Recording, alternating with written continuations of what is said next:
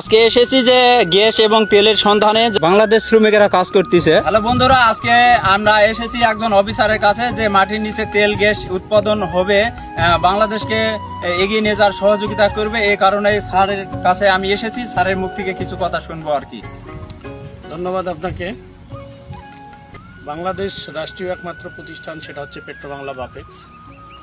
আমরা দেশের চাহিদা মেটাতে, গ্যাসের চাহিদা মেটাইতে বাংলাদেশের 64টা ডিস্ট্রিক্টে আমরা কাজ করে থাকি। তার ধারাবাহিকতায় আমরা এখন জয়পুরহাট, নওগাঁ 4টে ইউনিয়নে আমাদের কাজ চলতেছে। 4টে ইউনিয়ন হচ্ছে ভাতশা, ইসলামপুর, ইচকপুর, দোগাছি এবং জাহানপুর। 4টে ইউনিয়নে আমাদের কাজ চলমান।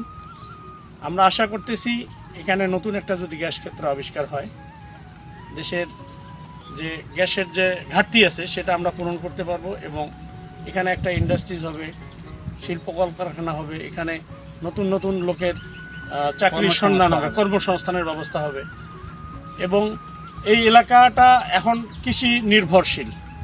এখানে যখন একটা ইন্ডাস্ট্রিজ হবে তখন এটা একটা শিল্প এলাকায় পরিণত হবে। এখানে আমাদের না, এখানে আপনাদের উপকার হবে, দেশের উপকার হবে এবং জাতির উপকার হবে। আমাদের নতুন নতুন গ্যাস ক্ষেত্র আবিষ্কারের ক্ষেত্রে বাংলাদেশ পেট্রোবাংলা একমাত্র প্রতিষ্ঠান।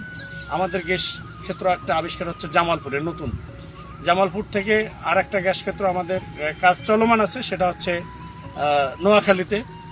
আপনারা দোয়া করবেন আমরা যেন এই দেশের যে ঘাটতিটা, গ্যাসের যে ঘাটতিটা, আমরা এটা নিজে উৎপাদন করে এটা যেন আমরা বিদেশে রপ্তানি করতে পারি, বৈদেশিক মুদ্রা যেন অর্জন করতে পারি এবং দেশের প্রত্যেকটা মানুষের ঘরে ঘরে যেন গ্যাস পৌঁছে যায়। এই আশা করে আমি আমার কথা শেষ করছি। ধন্যবাদ আপনাকে। ধন্যবাদ দর্শক। বাংলাদেশ আরো এগিয়ে যাক, মাটির নিচে যে খনিজ সম্পদ আছে সেগুলান উঠায় অন্য দেশের সঙ্গে যেন আমাদের পাল্লা দিতে পারি, বাংলাদেশ যেন দরিদ্র মুক্ত করতে পারি। তো স্যারকে ধন্যবাদ জানাই। স্যার, আপনি অবশ্যই সহযোগিতা করবেন এবং আমাদের দেশের লোকের জন্য একটু দোয়া করবেন যেন বাংলাদেশ আরো গরিব উন্নত রাষ্ট্রে পরিণত হয়। ধন্যবাদ স্যারকে। ধন্যবাদ। আচ্ছা।